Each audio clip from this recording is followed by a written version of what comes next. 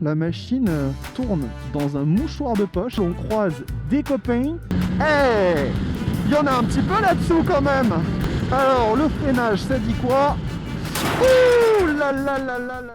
Bonjour mesdames, bonjour messieurs, bienvenue sur Quick Shifter. Les gens ne sont jamais contents. Ils viennent juste d'avoir leur permis de conduire et ils voudraient une moto qui soit super design, super agressive, super tout quoi. Et malheureusement, la plupart du temps, ils finissent avec une moto d'occasion pas très jolie à regarder. Et en plus de ça, vous le savez, le permis A2 limite un petit peu la puissance sur les machines. Mais ne vous inquiétez pas, Kawasaki sont là pour nous aider. Prenons une bonne proposition, comme la Z650, et transformons-la en une espèce de sportive. On obtient une Ninja 650. Allez, on y va, on y va.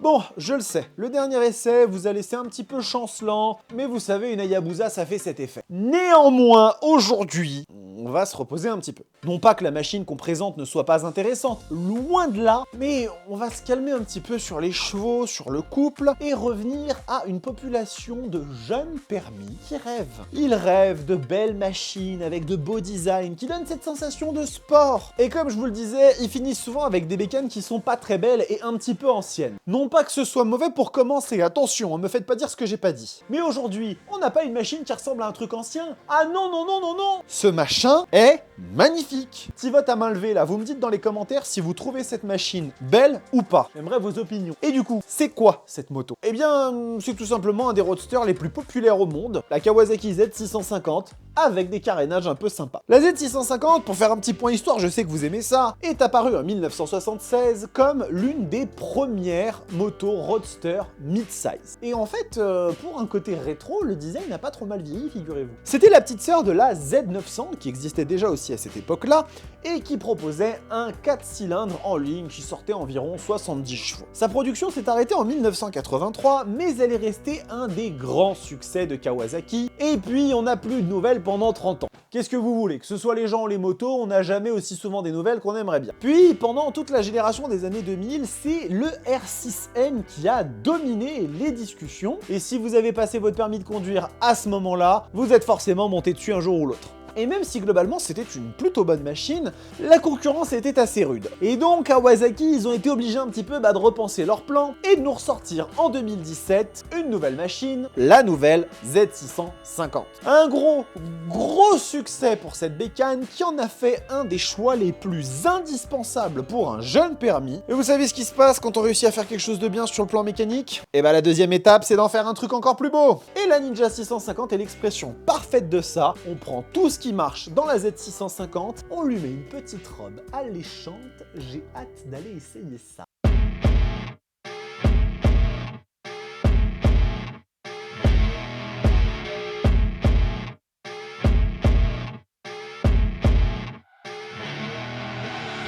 I see her rolling up, Uber black Cadillac, high heel boots and a sexy body full of tats. Allez, un petit tour statique de cette petite Ninja 650 Kawasaki, donc un modèle qui, dès le début, je pense qu'on peut le dire, n'est vraiment pas une moto moche. Les goûts, bien évidemment, c'est super personnel, mais je pense qu'on peut pas dire que cette gueule ne soit pas réussie. Ici, on est sur un modèle spécial 2020 avec une livrée KRT, Kawasaki Racing Team, donc il me semble que c'est pour l'anniversaire de la marque. Dites-moi dans les commentaires ce que vous en pensez. C'est vrai que moi, je la trouve un petit peu extravagante, avec ce jaune, ces espèce de petits nids d'abeilles, mais pourquoi pas, après tout ça lui donne vraiment un tempérament un petit peu racing, c'est sympa. Pour ceux qui ne la connaissent pas encore, cette machine est la nouvelle moto de Mathilde que vous avez déjà eu l'occasion de voir notamment dans le guide d'achat Permis A2. Elle est en train de passer son permis de conduire et croyez-moi, dès lors qu'elle l'aura, vous allez avoir le droit à quelques vidéos bien sympathiques. Commençons donc ici par ce moteur qui est donc un bicylindre en ligne dérivé de la Z650, lui-même dérivé de l'ER6N. Il délivre 68 chevaux et 66 Nm de couple et bien évidemment dans cette version A2, il est bridé à 47,5 chevaux et peu de couple perdu à mon avis, ça reste assez similaire. C'est selon moi un petit moteur tout à fait adapté pour un jeune permis. Vous allez le voir qu'il a quand même un petit peu de répondant pour ce qu'il permet de faire.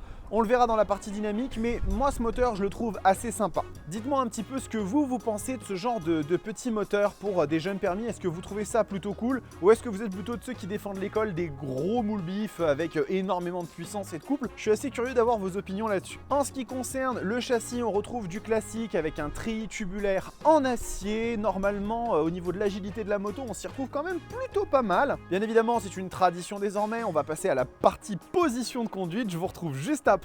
La Ninja 650 a un look de petite sportive, mais elle n'en a vraiment que le look. Comme vous pouvez le voir, la position est très loin d'être extrême. Mon dos est bien droit et je n'ai vraiment pas à aller chercher loin pour atteindre les demi-guidons. Pareil, de la même façon, les repose-pieds sont loin d'être les plus hauts que vous pouvez trouver sur le marché et mes jambes ne sont pas exagérément repliées pour pouvoir assurer un peu de confort lors de la balade. Bien évidemment, cette machine n'aura pas du tout les mêmes capacités dynamiques que par exemple une 636, mais elle autorisera un excellent compromis pour de la balade un peu relax et stylée. Et même si de temps en temps vous voulez vous énerver un petit peu dessus, je pense que c'est tout à fait jouable. En ce qui concerne la hauteur de selle, comme vous le voyez, on est à 790 mm, donc c'est pas haut du tout. C'est même plus bas que sur l'Hayabusa. Et du coup, pour moi, cette machine sera un excellent compromis pour les pilotes un peu plus petits. Et donc voilà, hein, la Ninja 650, c'est une machine qui offre un peu un compromis entre quelqu'un qui recherche une gueule un petit peu de sportive, mais avec le confort d'un roadster, et ça marche pas trop mal. La capacité du réservoir est de 15 litres, ce qui est associé avec la consommation nous donne quelque chose aux alentours de 270-300 km d'autonomie, ce qui n'est vraiment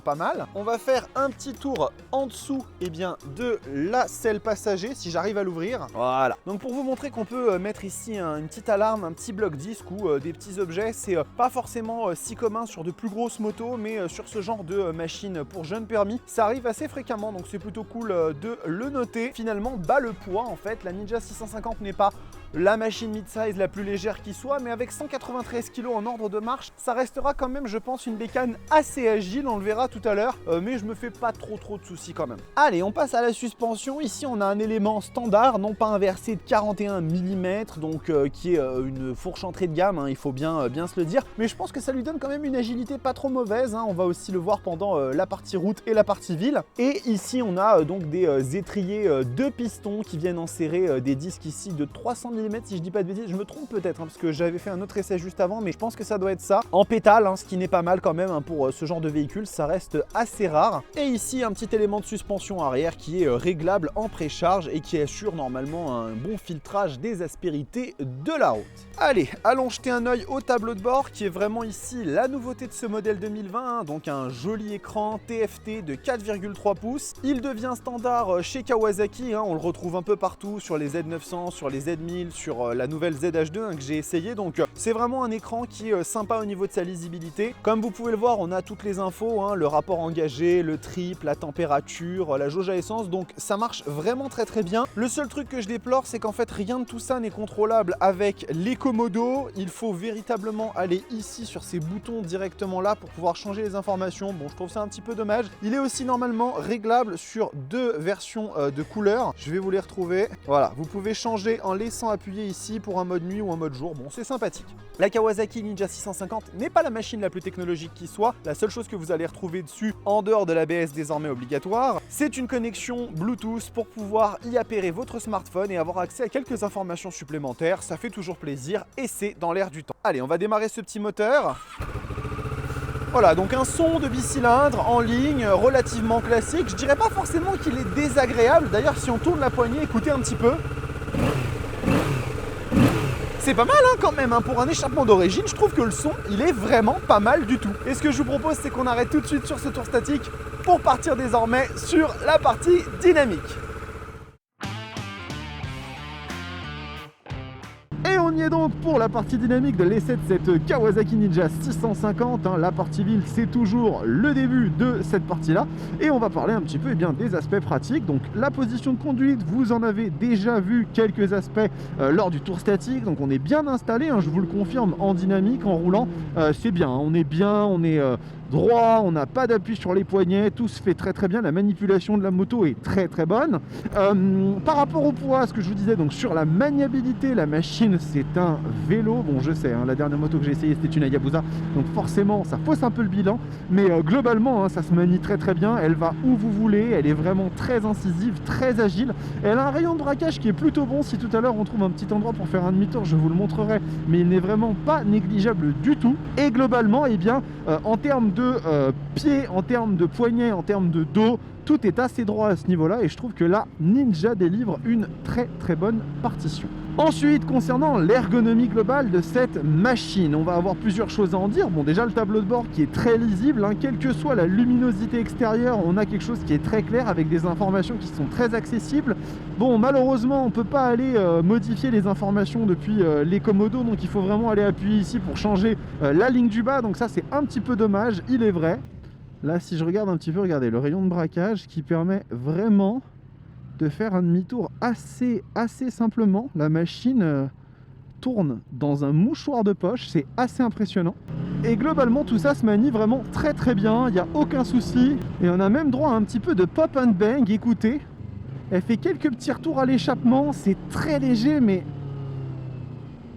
de temps en temps, on l'entend comme ça, c'est sympa, et puis le son de la machine est globalement assez cool, donc ça vraiment ça fait plaisir. Et donc globalement l'ergonomie de la machine est très simple, hein. En plus au niveau des commodos il n'y a pas énormément de choses, hein. On a juste le passage des phares, on a ici les warnings, et voilà c'est à peu près tout, hein. On n'a pas énormément de choses qui surchargent en fait le tableau de bord de cette machine, donc ça à ce niveau là c'est très très bien. Et je fais un petit demi-tour pour repartir dans l'autre sens, et donc globalement tout ça c'est plutôt cool sur la machine. Concernant la rétrovisibilité, elle est très très bonne. Ils sont un petit peu éloignés les rétroviseurs, mais franchement c'est pas gênant parce qu'ils sont bien réglables, ils ne vibrent pas, ils sont grands, donc ça aucun souci à ce niveau là. Et puis globalement ça se passe très très bien. Concernant la chauffe du moteur, rien à dire, je l'ai pas ressenti du tout la machine, j'ai fait quelques bornes avec, j'ai senti rien de rien. Alors il fait un petit peu plus froid là en ce moment, il faisait un peu chaud ces derniers temps, mais là maintenant ça s'est un peu refroidi, mais globalement ça va.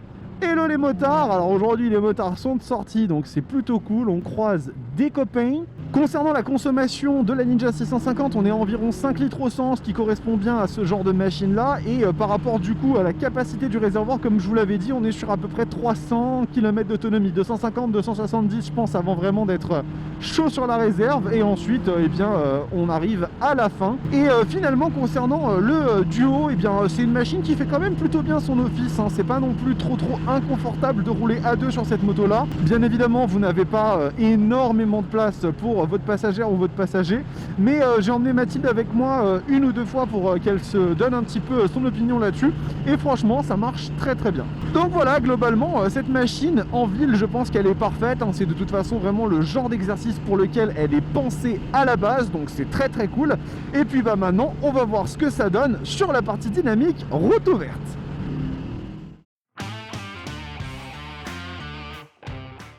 Et allez, direction la partie route ouverte de l'essai de cette Kawasaki Ninja 650. Vous avez déjà pu voir ce que j'en pensais sur la partie ville. C'est une très bonne machine, très polyvalente. Voyons maintenant ce que ce bicylindre en ligne un petit peu limité à 47,5 chevaux a offrir de façon un petit peu plus dynamique. Allez, on est parti ici, pas de chichi, pas d'embrouille, pas de mode de conduite, juste une poignée droite. C'est pas mal, hein? Hey, il y en a un petit peu là-dessous quand même. Elle prend des tours avec pas mal de volonté et la vitesse monte assez gentiment quand même. Ce bicylindre, il a un petit peu de santé mine de rien. Alors ça peut aussi venir du fait qu'on est 68 chevaux bridé à 47,5, donc le castrage est moins, la castration, parce que le castrage ça ne se dit pas, moins importante, et donc du coup ça se ressent fortement en conduite et bien à deux.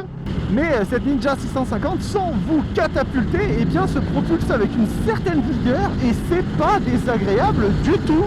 Tout de suite, hein, ce qui me vient par rapport à la CBR 500R qu'on a essayé, n'hésitez pas à aller voir l'essai, il est présent juste là pour vous, c'est cette différence de couple.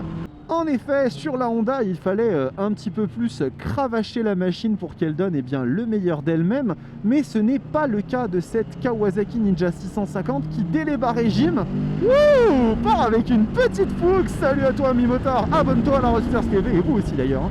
Si vous voulez avoir accès à du contenu de qualité, des tests toujours plus professionnels et jamais la moindre connerie, hein, ça vous le savez, hein, c'est pas mon genre de dire des bêtises, eh bien abonnez-vous, laissez un like et on y va, c'est parti. On est bien, on est pas mal. Bon, alors ce qui est un petit peu emmerdant avec cette moto, c'est que dès qu'on atteint les 6500 tours minute, le compte tour se met à clignoter, mais comme on peut pas le régler, eh ben on peut pas y changer grand chose. Eh, c'est pas mal. Et même niveau agilité, j'en parle pas depuis tout à l'heure, je suis plus sur le moteur, ça marche quand même plutôt pas mal, hein. Le train avant est précis, sans être ultra incisif, mais ça marche bien. Et la machine, elle est très légère, c'est 193 kg, et bien permettent de vraiment bien se placer. Et ensuite, ça repart avec pas mal de santé, pas mal de vigueur. Ça ne louvoie pas trop sur la prise d'angle. On passe de pif à paf assez bien, et on repart sans le moindre problème, avec eh bien, une certaine vigueur, j'ai envie de dire.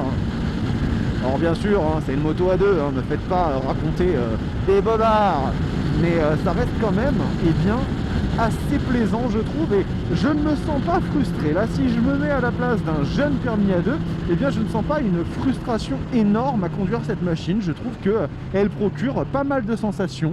On a un châssis qui donne de lui-même, qui donne de sa personne. Là, on a une K1100 BMW, hein, encore un ami motard. Ancienne machine, hein, vénérable machine. Et là, on repart avec beaucoup de plaisir. C'est vraiment pas mal.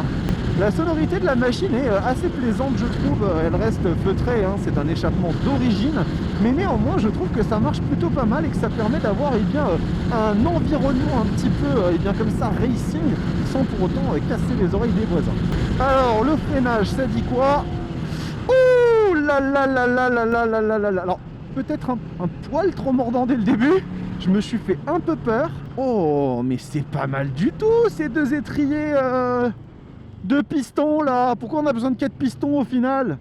Ça freine bien, ça freine bien. Alors attention, par contre, c'est un petit peu brutal. Je refais un petit test rapidement. Ah ouais, quand même, ça freine quand même assez bien. Et ça repart aussi sec. Donc ça, c'est vraiment pas mal. La machine a quand même une belle agilité à ce niveau-là, hein. On peut pas le nier. Elle s'inscrit en courbe avec une aisance assez déconcertante et on repart tout naturellement. Non, c'est vraiment pas mal. C'est vraiment pas mal. Non, franchement, écoutez, moi, cette Ninja 650 sur la partie dynamique, eh ben, je ne peux que lui donner de bons points. Parce que ça marche vraiment très bien. Bien voilà, écoutez, on a fait un petit peu le tour. Moi je pense que pour de belles étapes, cette Ninja 650 sera une excellente compagne. On a un petit peu de protection au vent. Bon, c'est un petit peu anecdotique dès lors que vous serez sur l'autoroute, mais ça marche plutôt bien. Et globalement, cette machine délivre une partition assez réussie. Je vais donc vous retrouver dès à présent pour la conclusion de cette petite vidéo. Bon, il faut l'admettre, la Ninja 650 ne laisse personne indifférent. Ça ne laisse pas indifférent. Je l'admets. Et c'est clair, c'est une super moto pour commencer. Maintenant, ce que vous voulez savoir, c'est est-ce qu'il y a de la concurrence? Oui, il y a beaucoup de concurrence. Les roadsters mid-size sont un des marchés les plus saturés qui existent dans le monde de la moto, et même avec des carénages, il y a du choix. Donc, la première, la Honda CBR 650R. Alors, je voulais prendre la 500R au début, mais si on veut comparer la cylindrée, donc elle est belle. Il n'y a aucun souci, la machine, elle est magnifique. C'est peut-être même une des plus belles dans ce segment-là, à mon sens. Et une position un petit peu plus sportive que celle de la Kawasaki, mais sans exagération, ce qui est plutôt bien. D'ailleurs, j'ai fait l'essai de la CBR 500R, je me permets de le caler comme ça, mais bon, vous pouvez aller le regarder, ça fait toujours plaisir. Mais les choses se compliquent un peu à partir de là. L'écran LCD de la Honda fait pâle figure à côté de la verte d'Akashi, malheureusement, il faut le dire. La bécane est sensiblement plus lourde, et si vous l'achetez en permis à deux, c'est un 4 cylindres en ligne, donc au niveau du bridage, vous allez en prendre pour votre grade. Un 4 cylindres en ligne en permis à deux, c'est jamais une bonne idée. Après, bien évidemment, une fois qu'elle est débridée, 95 chevaux, elle mettra sa race à la Kawasaki. Mais avant, vous n'allez pas dominer les débats. Ensuite, comment pourrait-on oublier Yamaha et sa magnifique R7? Je l'ai essayé, celle-là aussi. Dépêche-toi, dépêche-toi. Ça, c'est une vraie sportive. Et en ce sens, une machine assez différente de la Ninja. La position est vraiment beaucoup plus agressive que celle de la Kawa. Et ça la rendra bien moins confortable sur une utilisation quotidienne. Ça, c'est clair et net. Mais par contre, ce qu'elle va perdre en polyvalence, elle va le gagner avec un comportement, d'une agilité. Mais d'une agilité, c'est n'importe quoi. Un design extraordinaire, une finition à laquelle, je suis désolé de le dire, mais Yamaha ne m'a pas habitué. Et quelques équipements vraiment super premium. Elle coûte le même prix que la Honda, mais pour moi, le choix serait vite fait. Et ensuite, on quitte le Japon et on part direction l'Europe, chez nos amis italiens, pour aller voir celle que je considère la meilleure moto à deux, la Aprilia RS 660. Ce machin est incroyable, fin de la vidéo. Non, plus sérieusement, la gueule de ce machin, elle est tellement belle. La techno, bon bah, il y en a de partout, hein. La machine, elle est équipée de tout ce qui est possible. La position est pas si extrême que ça. Et le prix... Mais ça reste quand même une bécane super bandante, donc si vous avez les moyens, franchement, essayez-la. Je suis sûr et certain que vous voudrez pas repartir sans. Et je l'ai essayé aussi. Bah oui, on a tout essayé sur cette chaîne. Bon, fin de l'essai. Qu'est-ce qu'on peut en dire de cette Ninja 650 ? Bah déjà que Mathilde, elle a fait quand même un super choix. Cette machine est cool sur tous les aspects. Elle est sacrément belle, même si bon, les goûts et les couleurs, je sais, mais c'est quand même difficile de pas faire un consensus sur ce petit bijou. Elle a un feeling et une expérience de conduite vraiment premium dans sa position tarifaire à elle, une bonne quantité de puissance, de couple, sans se faire peur, quelques fonctionnalités assez cool, et même des petits retours à l'échappement, vous les avez entendus, je suis pas fou. Il y a beaucoup de choix dans le monde des motos mid-size pour jeunes permis. Mais se différencier du reste, c'est là que c'est difficile, et on peut largement féliciter Kawasaki parce qu'ils y sont arrivés. Cet épisode de Quick Shifter est terminé, j'espère qu'il vous a plu. Si ça vous intéresse, je vous invite à rester jusqu'à la fin et à cliquer sur la vidéo de la CBR 500R qui est en fait un autre roadster caréné qui peut être très sympa pour un jeune permis. Et la semaine prochaine... j'ai fait un truc un peu différent, bon, vous allez être surpris, mais ça m'a beaucoup fait rigoler d'essayer ça, donc j'espère que ça vous plaira. En attendant, portez-vous bien, kiffez vos bécanes, ciao!